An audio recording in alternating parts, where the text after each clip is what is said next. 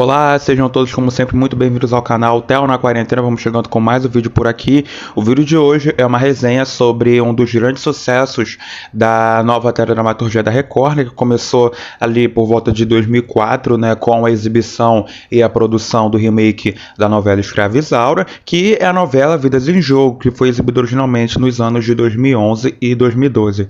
Passar aquela ficha técnica então da novela, ela foi escrita e criada por Cristiane Friedman, dirigida por Alexandre Avancini e protagonizada por Guilherme Berenguer, Juliana Trevisol, Thaís Versosa e Beth Goulart, em seus respectivos personagens Francisco, Rita, Patrícia e Regina.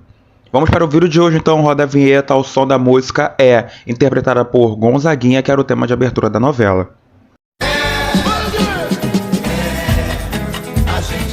Dinheiro. Não tem quem não queira e não tem quem queira perdê-lo.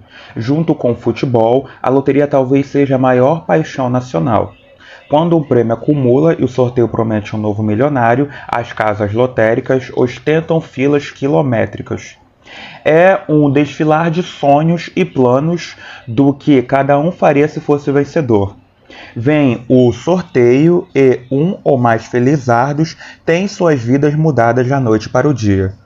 Vidas em Jogo é a história de um grupo de amigos que há 2 anos aposta na loteria. São conhecidos como Bolão da Amizade. Eles acertam na loteria no sorteio da virada do ano, cujo prêmio é um valor extraordinário. A partir daí, a vida de todos muda, para o bem e para o mal. O noticiário está repleto de casos de ganhadores que são assassinados, enganados por parentes, disputas judiciais entre pai e filho e etc. A autora Cristiane Friedman começou a escrever o esboço da história no ano de 2009, quando ainda estava escrevendo Chamas da Vida. No início de 2010, Irã Silveira, diretor da teledramaturgia da Record TV, solicitou ao autor uma nova sinopse, a qual foi entregue em abril daquele ano e aprovada, começando a fase de pré-produção e orçamentos. Originalmente, Cristiane titulou a novela como Matança, porém a direção considerou que o nome era muito pesado e instaurou uma pesquisa dentro da cúpula de teledramaturgia da emissora para escolher um nome mais aceitável. Por fim, Vidas em Jogo foi o título escolhido, referenciando o fato do dinheiro mudar a personalidade do grupo de amigos a ponto de colocar suas próprias vidas em questão. Em outubro, a autora começa a escrever os primeiros capítulos da trama. Inicialmente, essa trama passa a ser ambientada nos últimos meses de 2010, tempo em que o horário de verão entrava em vigor entre os meses de outubro daquele ano e fevereiro de 2011, 3 meses antes da novela ser exibida. Antes do início das gravações, Cristiane havia entregado 30 capítulos aos atores para se prepararem para o primeiro mês. A novela foi gravada totalmente em HD TV, sendo a primeira novela a não apresentar o segundo formato de definição padrão.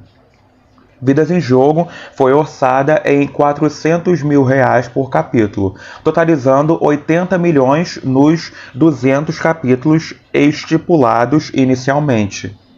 Ao todo, a trama teve 243 capítulos, tendo sido estendida após a boa recepção de audiência. Cada cota de patrocínio foi vendida por R$94 milhões. Vidas em Jogo foi baseada numa história verídica que aconteceu com o pai da autora durante a década de 1980, quando ele morreu de um aneurisma dentro de uma casa lotérica enquanto conferia suas combinações de jogos. Na euforia, as pessoas no local acreditavam que o homem havia morrido por encontrar um bilhete premiado, causando um grande alvoroço, embora, ao contrário do que se pensava, ele não estava premiado.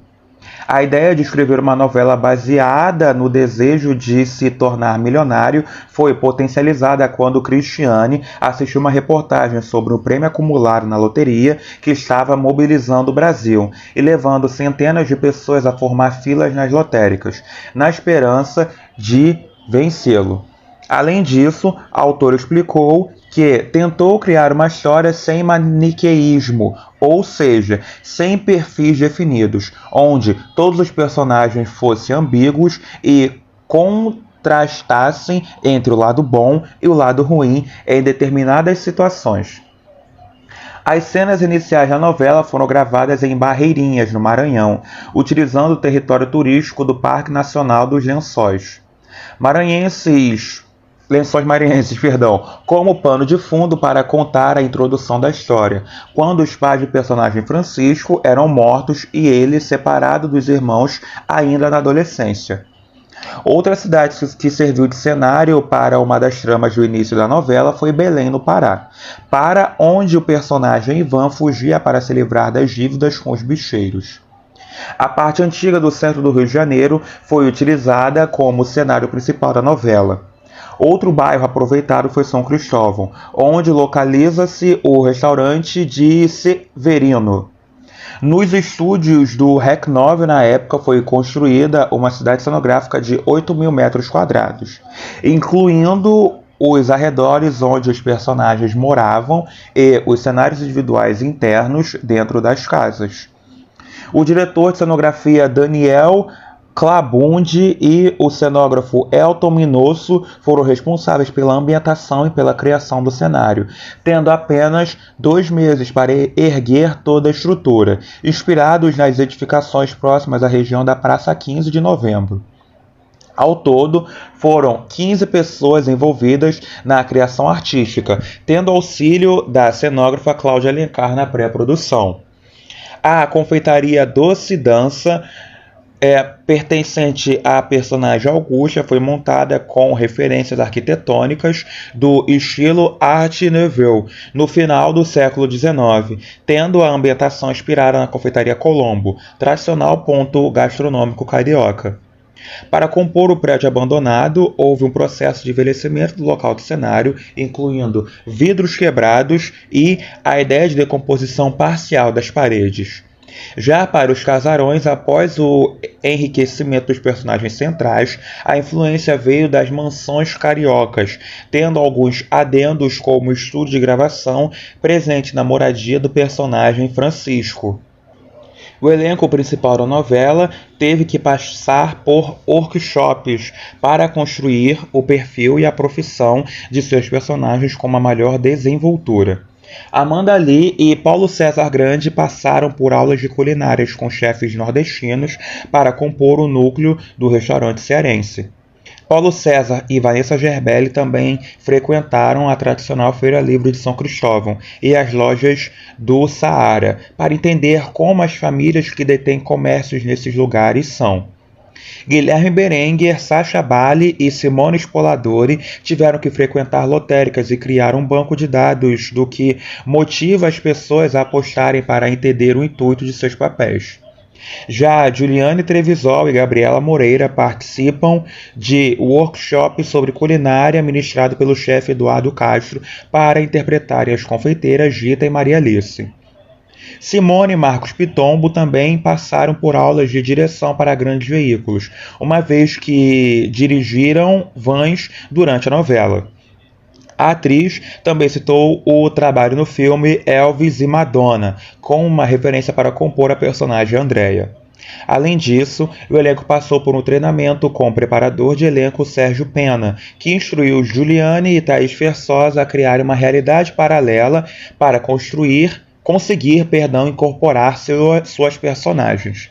Segundo a atriz, foi preciso trabalho para que elas não esbarrassem na amizade que tinham feito fora de cena. Amanda Lee teve que engordar 17 quilos em apenas 3 meses para interpretar a obesa Margarida, além de utilizar enchimentos.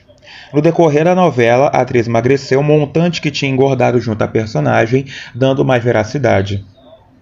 Vidas em Jogo foi a primeira telenovela brasileira a ter uma personagem transexual na trama central, fazendo parte do grupo dos 10 protagonistas, além de ser retratada de forma mais humanizada na teledramaturgia, longe do jeito caricato ou então em tom de chacota como eram mostradas até então.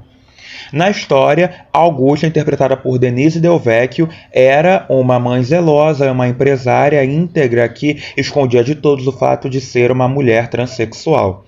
Ela havia sido casada na juventude e teve um filho biológico antes de aceitar sua verdadeira identidade de gênero e passar pela transformação nos primeiros anos de vida de seu rebento. Após descobrir o fato, Raimundo, seu filho, rejeita a mãe, domado por seu preconceito, chegando a agredi-la e mandar interná-la numa clínica psiquiátrica clandestina. Em contraponto, Cristiano utilizou o fato do restante do círculo social da personagem não se importar com sua revelação e apoiá-la, além de ser tida como mãe de Maria Alice, quebrando o preconceito. Denise revelou que na sinopse não era prevista essa revelação e que ela só soube após 3 meses no ar, mas que a autora convocou uma reunião para informá-la e deixou a cargo dela aceitar ou não o direcionamento da história. A autora se inspirou nas mulheres transexuais que conhecia na vida real para compor a personagem, o que levou a convocar uma atriz para o papel, contrariando outras obras de teledramaturgia anteriores que colocavam atores homens cis, explicando que mulheres transexuais seguiam o perfil de Denise Del Vecchio, feminilidade, voz adocicada e curvas, longe de forma caricata como muitas pessoas acreditavam por preconceito. A decisão de incluir uma personagem que passou por uma mudança física para adequar o corpo ao gênero foi bem recebida pela crítica especializada, que notou a ousaria da autora em apostar neste tema de forma tão sutil. O Elton Trindade, do portal LGBT Parou Tudo, notou que a personagem caiu nas graças do público e a cena em que se revelava para o filho marcou sua maior audiência. Entre aspas, e aí autores e emissoras precisam de que provas mais para ver que personagens LGBT têm sim empatia com o público e que merecem mais e mais espaço. Lembrando que LGBT era a sigla de 2011, hoje em dia a sigla é LGBTQIA+. Antes do início de Vidas em Jogo, foi anunciado que a trama teria um serial killer, ou seja, um assassino em série de perfil psicopatológico. Rapaz, essa palavra realmente me pegou um pouco, mas consegui ler separadamente, ficou certinho. Na última parte da novela, o qual caçaria os novos milionários. Em 10 de fevereiro de 2012, o palhaço é visto pela primeira vez, quando assassina a personagem Augusta, interpretada por Denise Del Vecchio, com um tiro, porém sem revelar sua verdadeira identidade. Em 23 de março, acontece a segunda morte, quando o palhaço ateia fogo ao corpo vivo de Jorge, interpretado por Sacha Bali, com um lança-chamas em meio a uma festa. Logo após os personagens Francisco, Margarida, Severino e Marisete desaparecerem misteriosamente ao entrar em contato com o assassino.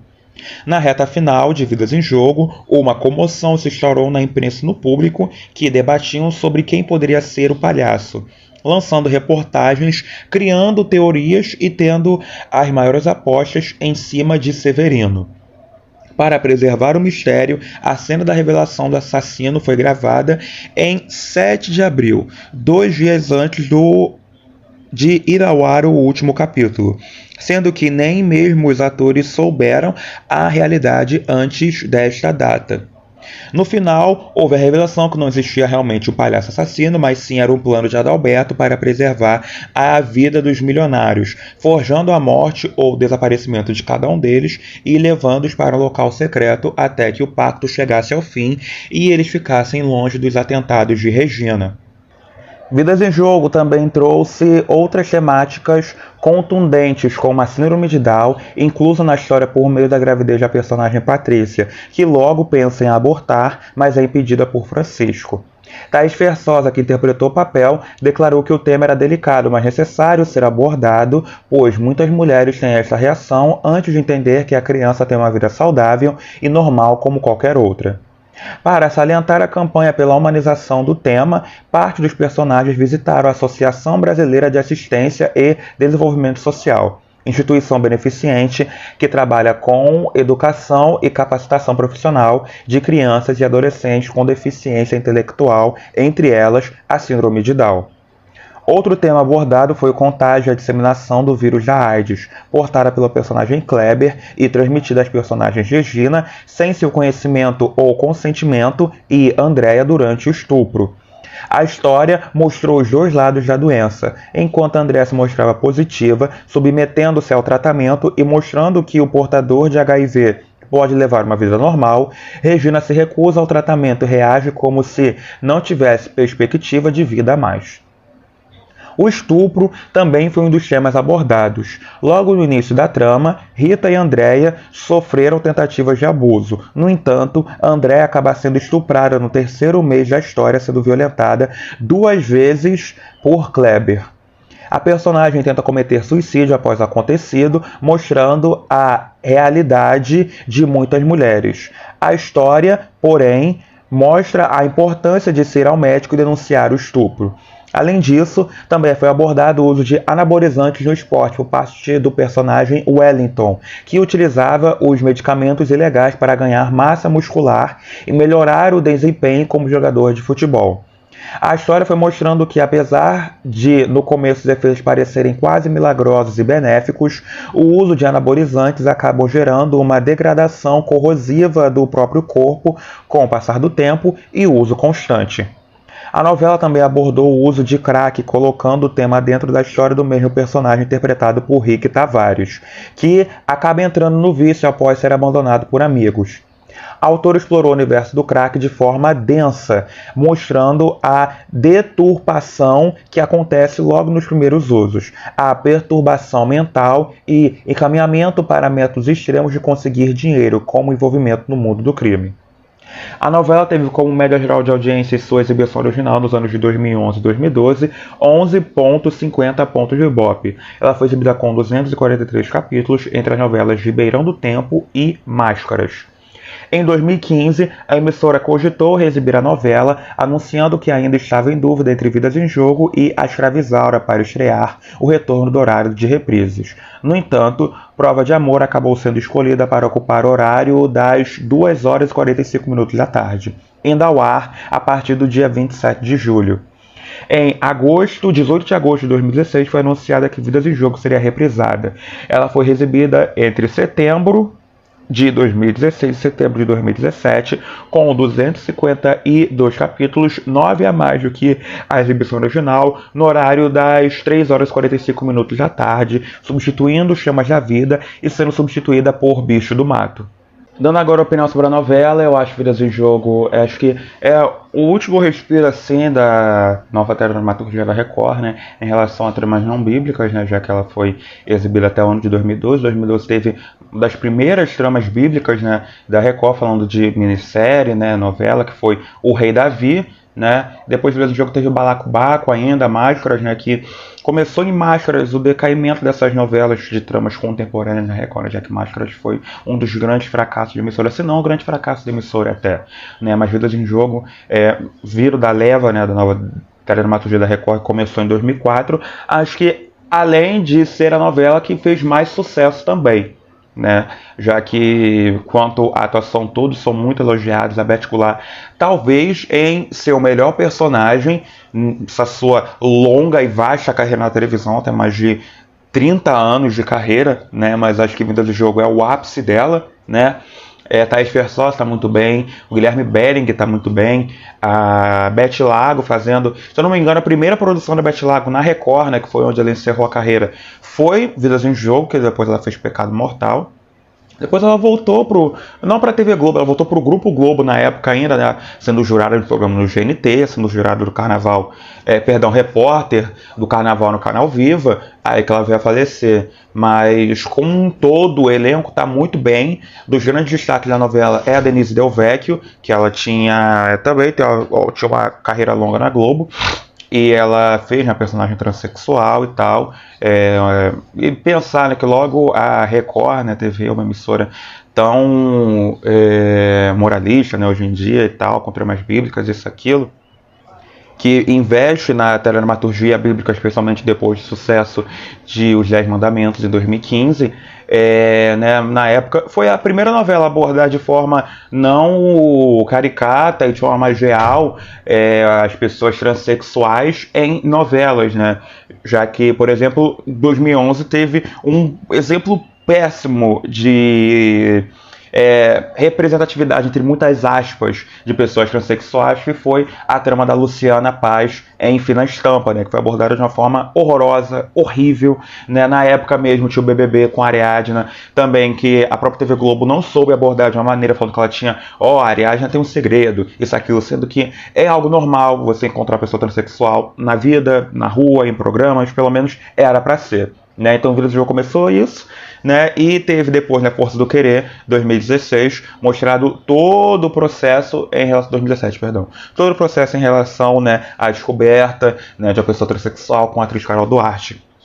E a novela também faz uma boa ordem cronológica, uma boa linha tênue em relação ao grande mistério da trama, que é quem é o palhaço, que no final não tinha um palhaço, né, que era só um plano e tal, para proteger os ganhadores da Mega da Virada, né, não é falar do Mega da Virada, né, porque é um negócio do governo federal e tal, que era Mega Sena de final do ano, né, nem Mega, né, loteria de final de ano, né, Mega da Virada, né, popularmente falando, que todo mundo faz a fezinha ali no dia 31 de dezembro, vê o Luigi Baricelli fazendo sorteio, né, antes do Jornal Nacional, né, e tal. Mas soube levar muito bem esse mistério até o final da trama, apesar da novela ter sido muito longa pro padrão, né, de novela da Record, mas pra época ali, né, já era um padrão normal, novelas longas, né, já que no horário nobre da Globo, né, as novelas iam até 221, 225 capítulos, né. Próprias novelas também de outros horários, né, do Valcir Carrasco, como As Gêmeas, Chocolate com Pimenta, Cravo e Rosa, sempre com mais de 220 capítulos. Mas Vidas de Jogo, apesar de ser muito longa, né, e foi justamente atingida por conta do sucesso que ela fez, ela ultrapassou todos os números especulados de audiência pela emissora na época. Foi um sucesso nas ruas, nos programas, né, da Record, que sempre repercutiam a novela na época, e por isso que, por ser uma alta produção, uma super produção, atuações muito boas, para mim, pessoalmente, é a melhor novela que a Record TV produziu até hoje, e acho que vai continuar tendo esse título por um bom tempo.